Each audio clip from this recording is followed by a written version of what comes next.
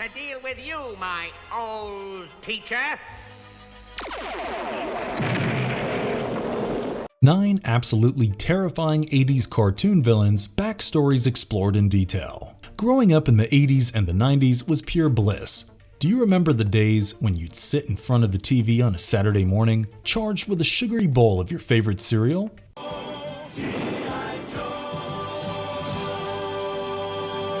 We loved heroes like He-Man, the Centurions, Optimus Prime and his Autobots, but what are they without Skeletor, Doc Terror, and Megatron? It's just you and me now, Megatron. Then you better get some help, Prime. Oh no. As much as we enjoyed getting inspired by the real American heroes of G.I. Joe, we also loved getting scared by villains like the Cobra Commander. Now I'll never rule the world. I hate this job. It has been established time and time again that a show and its hero are only as good as their villains. Therefore, in this video, we are bringing you some of the greatest and scariest antagonists that ever graced the cartoons of the 80s television scene. What was that? The sound of your defeat, HORDAK. So, let's begin a walk down memory lane, and if you've got any younger audiences at home, get them too. Before we go into our explanation, we have a very small request. If you like our content, please support us by subscribing to our channel.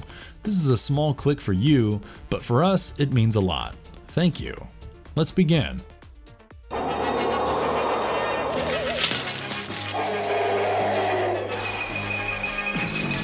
Skeletor, He-Man, and the Masters of the Universe. The show takes place on Eternia, a land that's full of fantasy, myth, magic, sorcery, and of course, the most powerful man in the universe, He-Man. He-Man's original name is Prince Adam, and he is the son of Eternia's monarchs, Queen Marlena and King Randor. Adam pretends to be a cowardly prince, but in reality, he gets fabulous secret powers whenever he holds his sword aloft and proclaims, "By the power of Grayskull." This transforms him into a superhero with the greatest strength in the entirety of the universe. A similar transformation takes place for his cowardly pet tiger, Cringer, who transforms into the mighty Battle Cat. He-Man shares his secret with a named Teela, a strong warrior named Man-at-Arms, and a wizard from another dimension named Orko. Now, such a fantastic persona demands an equally fantastic villain, right? Welcome, He-Man. Naturally, He-Man uses his abilities to defend Eternia from an evil sorcerer named Skeletor, whose sole intention is to conquer the mystical fortress of Castle Grayskull. It is Castle Grayskull from which He-Man draws his powers, and if Skeletor would succeed, then he would gain control of not just Eternia, but also the entire universe. Skeletor, how did you get in? The same way we are going to get out. Skeletor is essentially a demon from another dimension, or at least another world. He rules the evil side of Eternia as a warlord and resides in the Snake Mountain, which is basically his castle of evils. His actions have gained him the title of the Evil Lord of Destruction, and Skeletor ensures that he lives up to this throughout the show. He learned magic and sorcery from his master HORDAK, who was the ruler of the evil Horde and sought to become the ruler of Eternia's sister planet, Etheria. Skeletor is represented as a demonic figure with a skeletal face and a physique comparable only to He-Man himself. According to the He-Man comics, Skeletor was a genuinely evil figure who had no qualms for violence and destruction. However, the cartoon considerably toned down this image to make the show suitable for children. Listen, I am not nice, I am not kind, and I am not wonderful. Nonetheless, Skeletor remains one of the most sinister baddies of the 80s animated renaissance.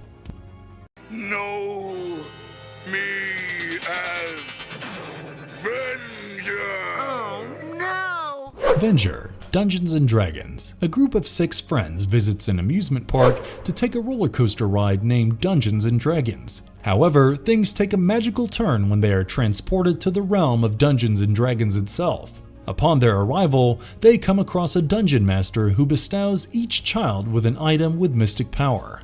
I am Dungeon Master, your guide in the realm of Dungeons and Dragons.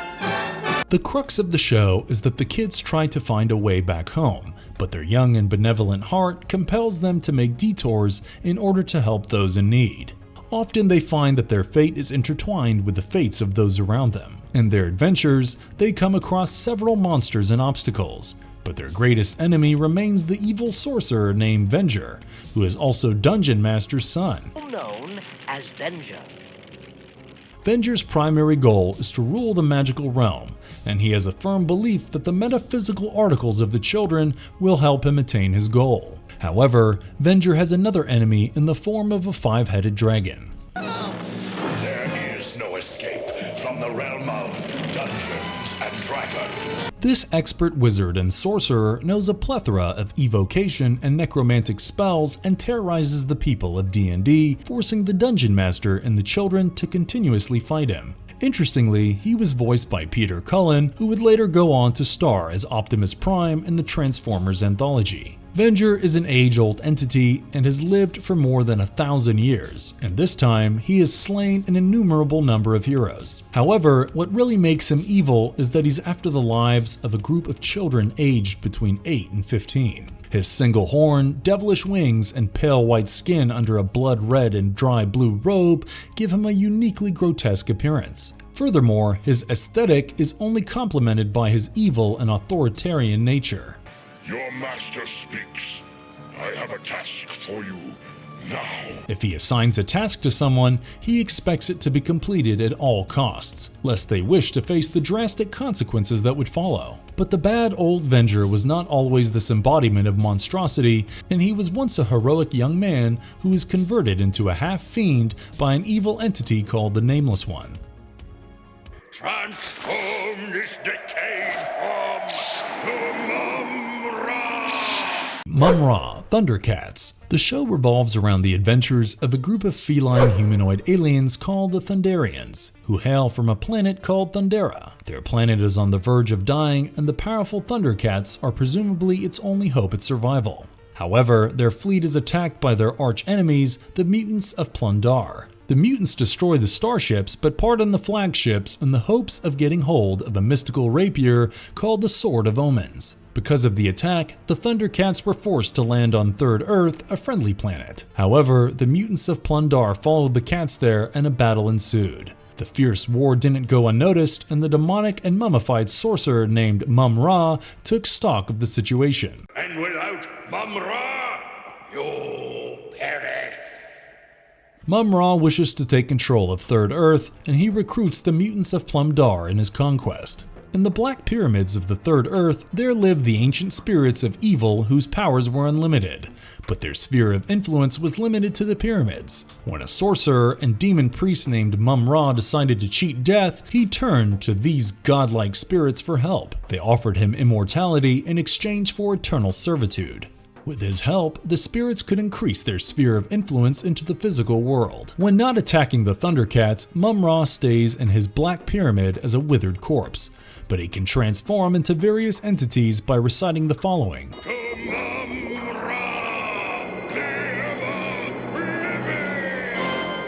Mum-Ra then changes into a hulking and monstrous entity whose sources of power are the ancient spirits of evil.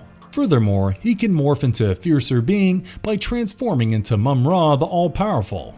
In this stage, he becomes even larger and stronger by absorbing all the powers of the ancient spirits of evil.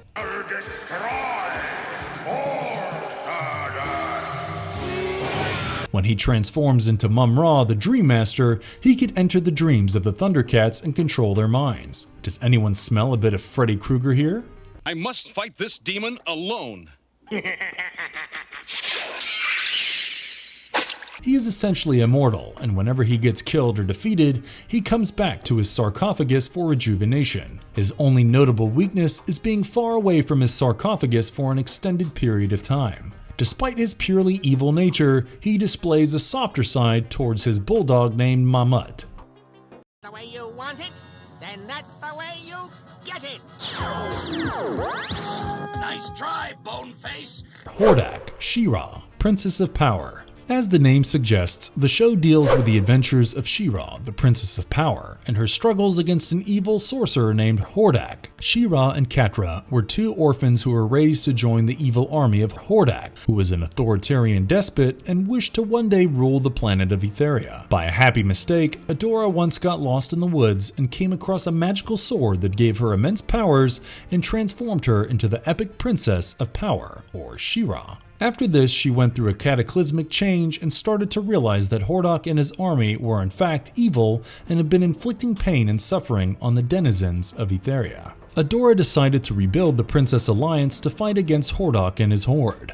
However, Adora's change of mentality and allegiance pits her against her best friend and confidant, Catra. Most of the episodes deal with the tussle between two sisters. The intimidating and menacing appearance of HORDAK acutely resembles a typical vampire. His pointy ears, the bat-like nose, razor-sharp fangs, and pale skin are all proof of his menacing nature and personality. Speaking of appearance, he looks amazingly badass with a little mohawk that's been combed backward and a skeletal face with dark pigmentation around the eyes.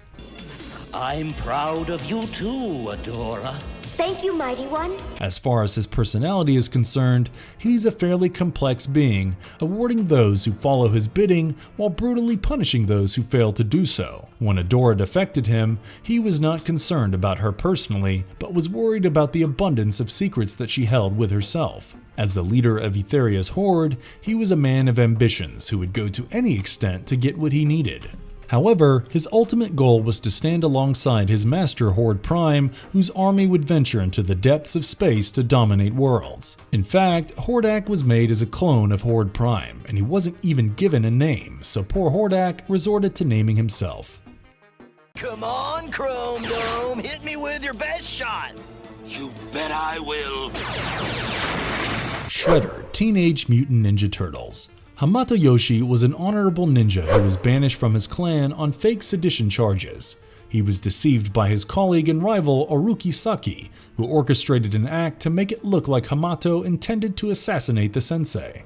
For this misdeed, you should be banished from the Foot Clan altogether. Following his exile, he moved to New York, but had to live in the sewers thanks to his poverty. One day he saw 4 small turtles in the sewers. They were bought as a pet by a man who accidentally dropped them in the drains. As fate would have it, one day the turtles and Yoshi became exposed to a glowing ooze. It transformed the turtles into humanoids and himself into a humanoid rat. Yoshi calls himself Splinter and adopts the turtles as his sons. He trained them in the fine art of ninjutsu and named them after great Italian artists. Meanwhile, Orochi Saki left Japan to finish the rivalry by finishing off Yoshi. Saki tracks him down and forges an alliance with an alien brain named Krang from a planet called Dimension X. Saki now dons a steel-bladed exoskeleton along with a kabuto helmet and long cape, going by the name Shredder. Oroku Saki. But you may call me the Shredder. The show revolves around the Teenage Mutant Ninja Turtles trying to exact their revenge upon Shredder. What makes Shredder a terrifying villain is his devious and dubious nature. Shredder has got no qualms when it comes to ensuring that Splinter and the Turtles must be destroyed either by hook or by crook. Well, mostly by crook. Apart from Krang, he infected his henchman Bebop and Rocksteady with the same mutagen that transformed the Turtles and Splinter. Bebop and Rocksteady transformed into a hulking hog and a massive rhinoceros. With them, he would execute his plans, but he almost never tasted success because the Turtles would be there to foil him. Come on, Splinter, we're checking out of this dump.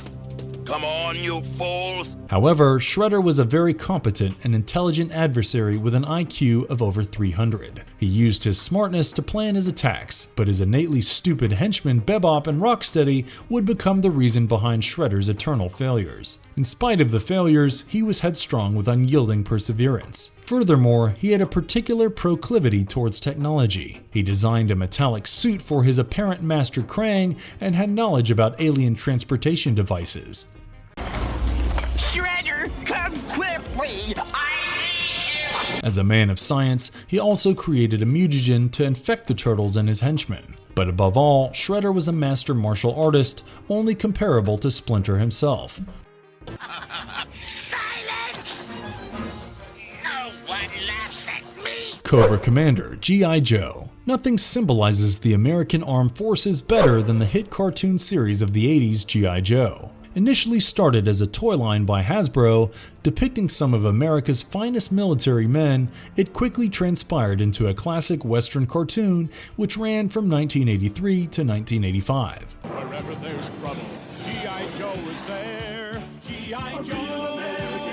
Developed by Ron Friedman, G.I. Joe, A Real American Hero, shows how America's finest battle with the evil forces of Cobra's army to acquire 3 catalytic elements that power a matter transporter. Step towards Cobra domination of the universe. Whether it be stopping Earth from being surrounded with an electro-negating pyramid of darkness or defeating a super soldier, G.I. Joe has always managed to convey a very vital message.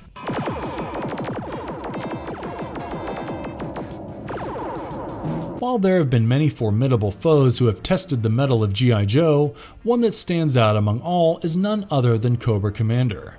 Initially depicted in the comics as a used car salesman with a war veteran brother suffering from deep psychological trauma, this Cobra Commander origin makes the character more human with a dark past self. Contrary to the comic book persona, Cobra Commander in the cartoon series is an ancient being coming from a long line of serpent people and their secret organization of Cobra-La.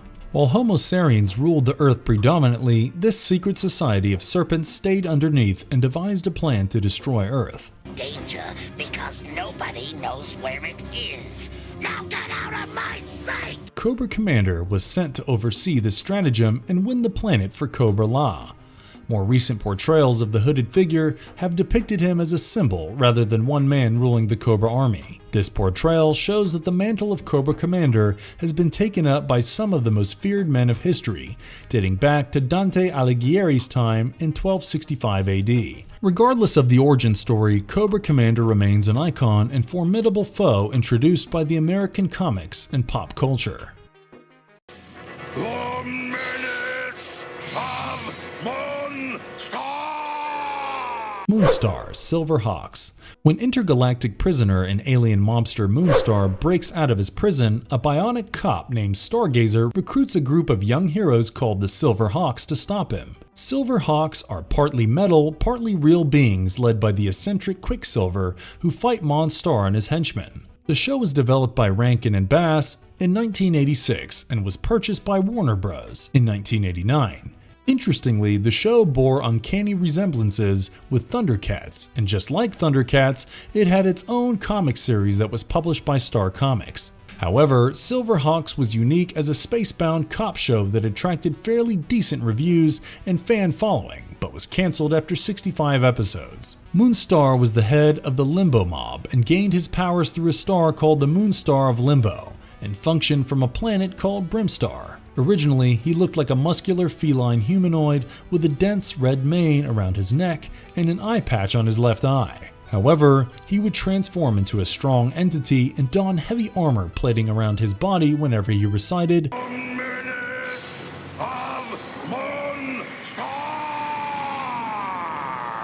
Because of being a criminal, he was jailed twice for 300 years in the penal Planet 10. His second imprisonment was the result of Stargazer's expeditious work as a cop, and this gave birth to a personal vendetta and enmity between Moonstar and Stargazer, and by extension, the Silverhawks. Moonstar is a strange villain because he seems to enjoy fighting the Hawks. It's similar to how the Joker loves to mess with Batman. Without one, the other has no existence or value. As far as his powers are concerned, Moonstar is the supreme leader of the Limbo underworld, where almost no one is brave enough to go against his wishes or even do anything without his due permission. Even without the transformation, he has superhuman strength and stamina, but upon his conversion, he gains a robotic armor that enhances his natural strength by many times. He also regains his left eye and can discharge beams of pure energy that can stun, hypnotize, or destroy anything that comes in its path. It is too late.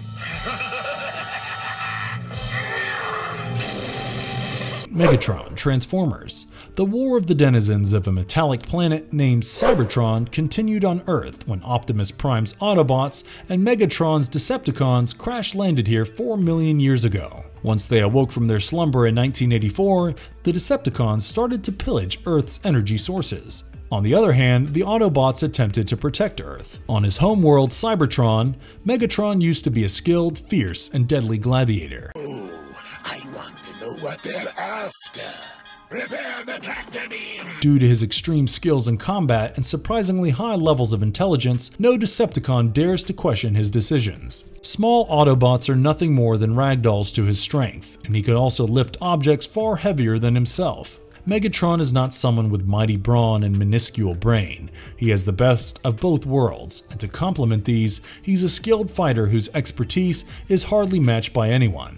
As a champion gladiator from the dark pits of Kaon, he perfected his combat maneuvers to fierce levels. Once he managed to take down 3 Insecticon warriors simultaneously. Is an Autobot body, and the state of his mind is questionable.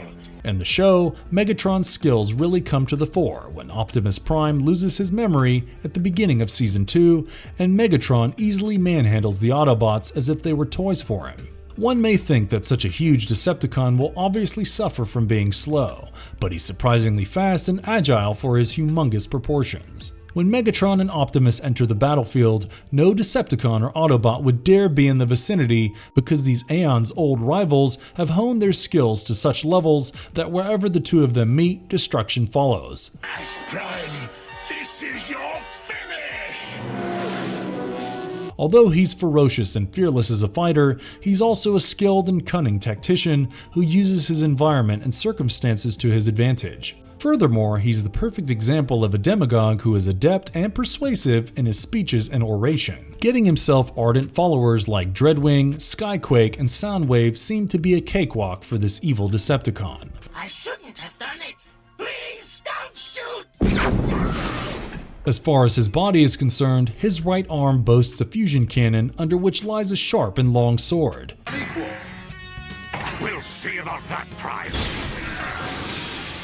His Dark Star Saber gives him near cosmic powers, while the Cybertronian jet lets him fly. Megatron is like a lion, ferocious and deadly, but this lion becomes deadlier when injured or battle-weary. Whenever he realizes that his opponent is taking control of the battle, the champion gladiator inside him awakens and wreaks such havoc that's unthinkable and unimaginable.